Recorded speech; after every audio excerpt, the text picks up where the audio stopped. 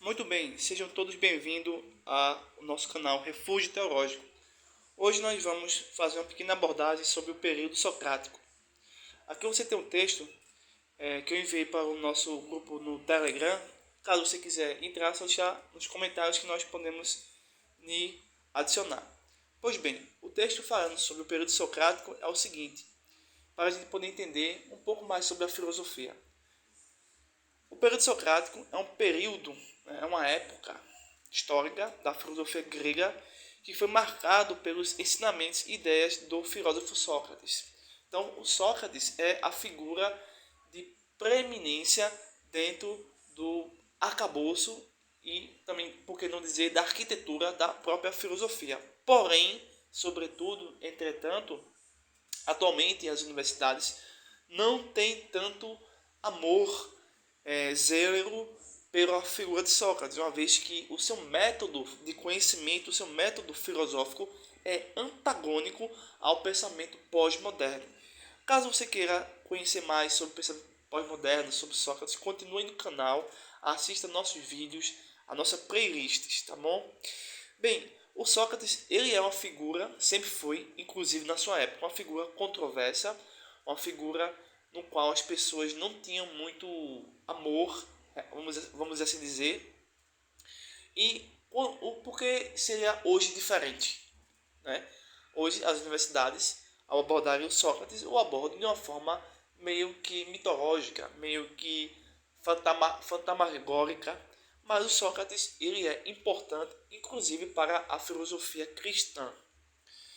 Bem, o Sócrates ele nasceu em Atenas, basicamente no ano 469 a.C. E foi um dos maiores e importantes pensadores de todos os tempos. Porém, houve outros pensadores, né, dentro dessa linha de pensamento que foram importantes, como Aristóteles e Platão e assim por diante. Outros, antes de Sócrates e depois de Sócrates, se desviaram do caminho. Mas isso é um outro assunto. Mesmo assim, faz parte da historicidade dos fatos. Então, esse período, que teve início por volta do ano 470 a.C. e se estendeu até o final do século IV a.C., teve como característica uma revolução na filosofia grega. Por que revolução? Porque houve uma rejeição, um afastamento daqueles contos mitológicos, né, que não faz sentido ao uso do raciocínio humano. Porém, foi muito importante para a construção da filosofia. Então, basicamente, a filosofia era brota, né, da mitologia como uma rejeição, como uma refutação, né, e ao mesmo tempo ela vai criando suas metodologias que possivelmente lá na frente vai se tornar uma metodologia científica para diversos campos do saber. Uma vez que a filosofia grega desse período abordava e continha diversos saberes em si mesma. Não somente eram aquelas perguntas que se preocupavam sobre a origem da vida, mas que envolvia a questão de matemática, a questão de física. É tanto que dentro dos debates filosóficos havia a questão da physis, né, que é a ideia de física, e assim por diante. Então, essa revolução trouxe consigo mudanças importantíssimas, significativas na forma de pensar e entender a realidade. Então, pensar e entender a realidade são construções, são situações, são experiências no qual as pessoas devem fazer. Porém, há pessoas que pensam e entendem a realidade de diversas formas. Mas qual dessas formas é a verdadeira, é a verídica? E assim se inicia o próprio debate socrático ou debate filosófico. E assim o Sócrates estabelece a melhor forma de pensar e a melhor forma de entender. Quando eu digo a melhor forma de pensar e de entender, eu estou dizendo assim que é a melhor forma correta de pensar e entender a realidade. Porém, a própria filosofia não é 100% perfeita, mas ela se aproxima muito da perfeição, uma vez que outras correntes filosóficas distorcem a própria perfeição e se distanciam-se não somente da realidade, mas também da própria filosofia, sendo assim uma falsificação da filosofia. Então, é uma discussão muito extensa, né? Particularmente eu defendo a filosofia da teoria da correspondência, no qual a verdade externa ao homem, não interna ao homem. Mas isso é um outro assunto. Bem, o contexto histórico desse período foi marcado por uma grande transformação social, política e cultural em Atenas. Então, a mudança de pensamento, a hegemonia de pensamento, a predominância desse pensamento fez com que houvesse mudanças significativas dentro das estruturas sociais daquela comunidade ou daquela cidade-estado. Provavelmente não foi de uma forma assim muito grande, né, uma construções inimagináveis, porém a forma de pensar fez com que as pessoas pudessem se movimentar e viverem uma vida social, individual e privativa ou coletiva da melhor forma possível. Então, é a partir do pensamento que certas ações são muito importantes para o andamento de uma comunidade, de um país. E assim nós podemos enxergar também a importância do Sócrates, da sua filosofia e da própria filosofia. Com a exceção da democracia, aqui cabe dizer o seguinte, que nem todos os filósofos gostavam muito da democracia, tá? Por diversas circunstâncias. Mas a democracia foi a forma de governo, tá? A forma de pensar e organizar uma cidade a melhor forma possível para eles. Então, hoje o Brasil também é uma espécie de república democrática, né? Mas que tem um certo distanciamento histórico, cultural também. Então, a cidade-estado, por exemplo, de Atenas, se tornou um centro de comércio, cultura e intelectualidade que atraiu pessoas de toda a Grécia.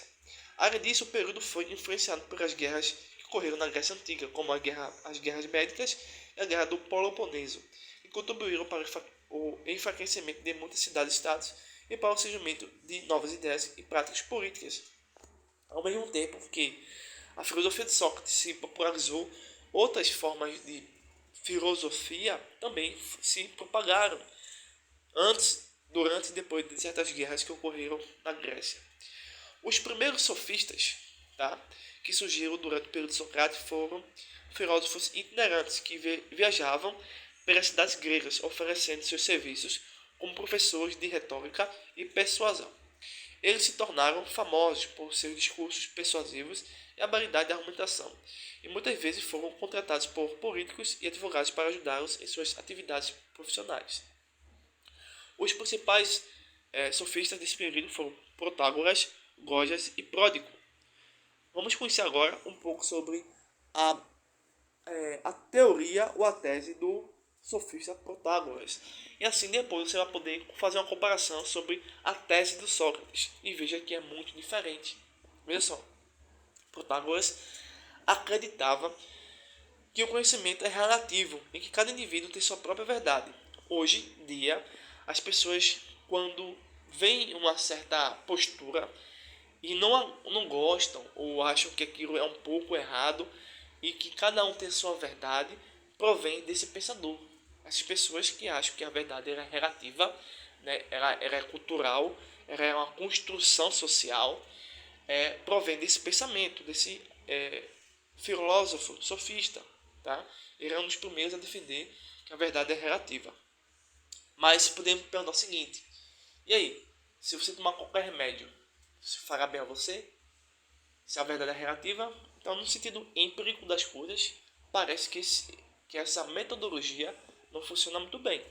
Mas numa falsa construção de uma narrativa, parece a aparência, né, que era algo que o Sócrates buscava refutar, a aparência das coisas. Você vê isso muito em Platão, né? A aparência é algo enganoso e a filosofia consegue desmascarar a aparência para mostrar a verdade.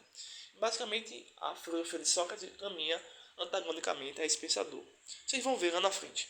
O que o torna um dos filósofos mais importantes do relativismo.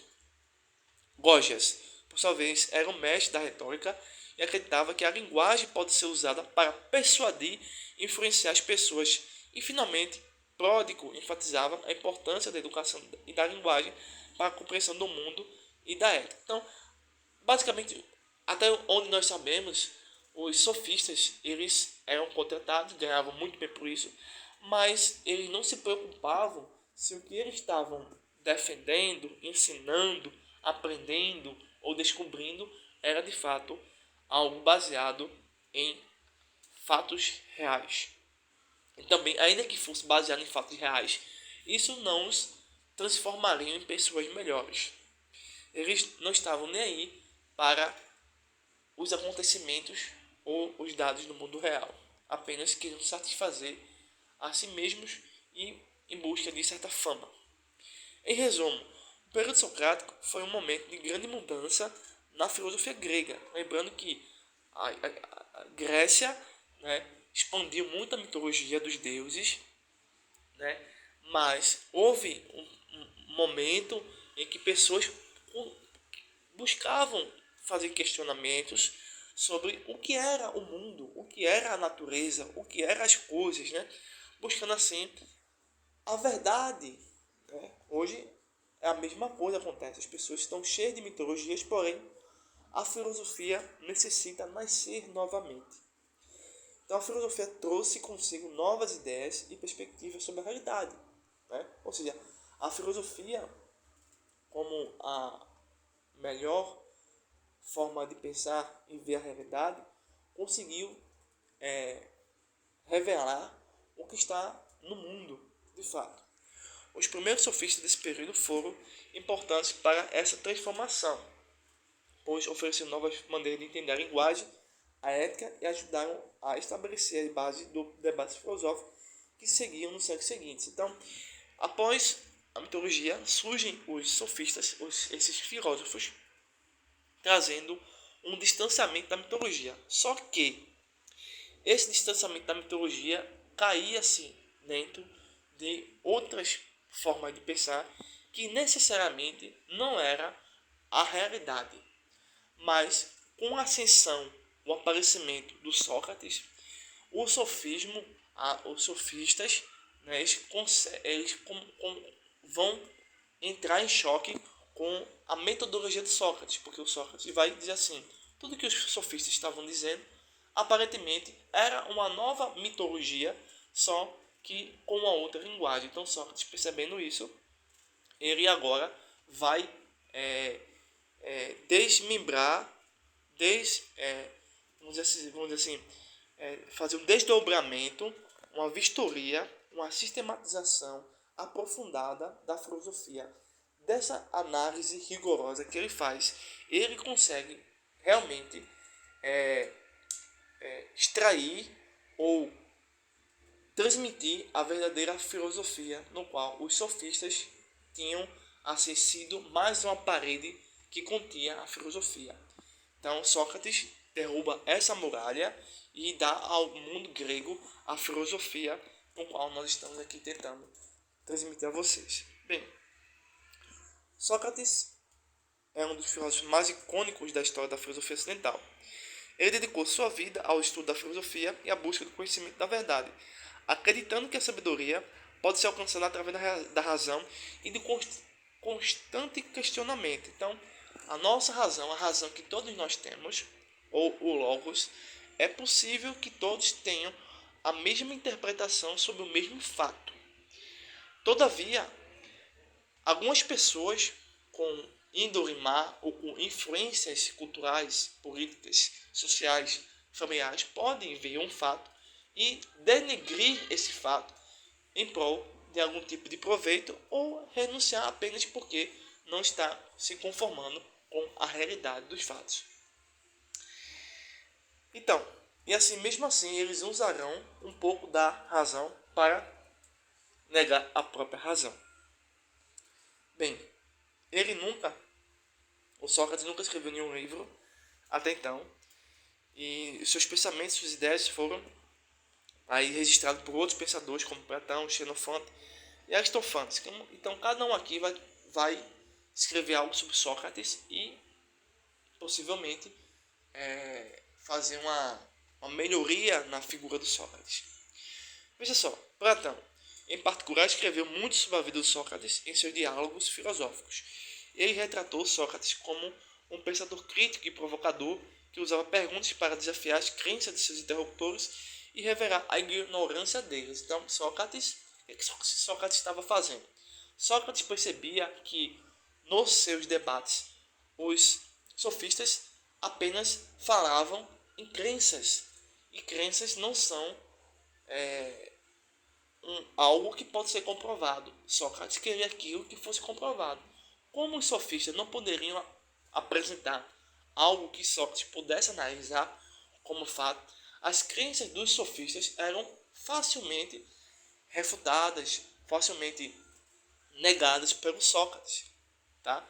Então, existem crenças falsas e crenças verdadeiras. Algumas pessoas não gostam dessa divisão, porém é algo notável dentro da história da filosofia.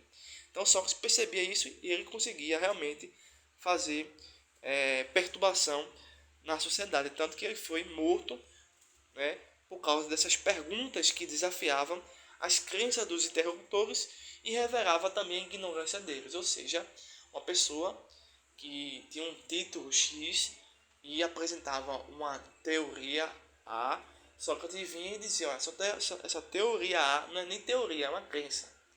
Ela precisa, para ser uma teoria, ela precisa disso, disso e disso. E esses mecanismos, a sua crença, que você chama de teoria, não tem nenhum elemento. Então Sócrates realmente quebrava todo mundo. Veja só, já Xenofonte escreveu sobre a vida de Sócrates, destacando suas habilidades como um grande mestre e mentor. Já Aristófanes, em sua época, em sua peça As Nuvens, retratou Sócrates como um sofista charlatão, né? Então tá aí algumas representações do Sócrates, tá? Bem, o Sócrates era contra os sofistas, porque ele acreditava que a verdade era absoluta e que ele poderia ser alcançada através da razão e do pensamento crítico. Ele criticava os sofistas por usarem a retórica e a persuasão para ganhar debates, em vez de buscar a verdade. Então, ainda que Sócrates dissesse e comprovasse que a filosofia dos sofistas era imperfeita, esse pessoal estava nem aí. E o que eles queriam era o dinheiro no bolso, né? Será que hoje em dia não é assim? O que vocês acham? Bem, além disso, Sócrates acreditava que o conhecimento deve ser buscado pelo próprio indivíduo. Então, o próprio indivíduo deve buscar o conhecimento. Mesmo assim, ele não está negando o papel do tutor, do professor. É tanto que ele próprio era um professor, que ele próprio era um tutor, que ele próprio era considerado um mestre, que tinha discípulos e seguidores, alunos que queria ouvi-lo e ele tinha o prazer de ensinar também. Através da reflexão pessoal e do pensamento crítico, uma vez que, em vez de ser ensinado por outros. Então, ele mostrava que você mesmo podemos alcançar o mesmo grau de maturidade intelectual, de uma vida intelectual ou de uma vida espiritual por meio do nosso espírito ou por meio da nossa razão ou da nossa alma. Bem, a Grécia Antiga, do período socrático, foi um momento de grande transformação. Nesse período, né, na filosofia, política e cultural grega. A cidade-estado de Atenas se tornou um centro de comércio cultural e intelectual que atraiu pessoas de toda a Grécia. A democracia recentemente adotada pela cidade-estado também levou à criação de novos direitos e deveres para os cidadãos gregos. A Grécia Antiga foi um berço da filosofia e até hoje considerada um dos períodos mais férteis e influentes da história da filosofia ocidental. Os filósofos da época buscavam respostas para perguntas fundamentais sobre a natureza do homem, a natureza do universo e a existência de Deus. Então, basicamente, Sócrates, a sua filosofia vai se concentrar mais na natureza do homem, tá? Porém, ela abarca, de certa forma, a natureza do universo e, consequentemente, a existência de Deus. Então, dentro de Sócrates, Platão e Aristóteles, você vai encontrar a filosofia do homem, a filosofia do universo e a filosofia de Deus. Então, a influência da filosofia socrática pode ser vista até hoje na educação e na ética ocidental. Só que, como eu falei no começo, a filosofia hoje em dia não está muito distante de como Sócrates apresentou. Para finalizar aqui, eu tenho aqui eu envio vários textos para o meu Telegram, tá? Vários comentários. Mas eu quero mostrar aqui um quadrado falando sobre os 6 principais períodos da história da filosofia, tá? Então, o que nós faremos até agora, até nesse vídeo, abordou a filosofia antiga, tá? De uma forma muito rápida e simplista. Então, essa filosofia antiga era dividida em 4 períodos: período pré-socrático ou cosmológico, segundo período socrático ou antropológico, período sistemático, período histórico ou período grego-romano. A filosofia patrística. Seu início é com o Novo Testamento e termina por volta do século VIII. Filosofia medieval é o conjunto de conhecimentos complexos dos pensadores europeus, cristãos, judeus e árabes. Temos também a filosofia da Renascença. É a descoberta dos escritos dos filósofos Platão. É uma época de restauração dos escritos antigos de artistas gregos e romanos. Temos também a filosofia moderna. Tem início no século XVII, a meados do século XVIII. Tem como objetivo vencer o ceticismo e restaurar a atitude filosófica, propondo 3 mudanças significativas, por exemplo, a capacidade humana, objetivo do conhecimento, a realidade racional. Por fim, a nossa filosofia contemporânea, a pós-modernidade, que está ainda assim muito debatida. Hoje o pessoal evita o termo pós-modernidade, preferindo modernidade líquida, falando do sociólogo, filósofo Zygmunt Bauman, mas tem início do século XIX e chega nos dias atuais.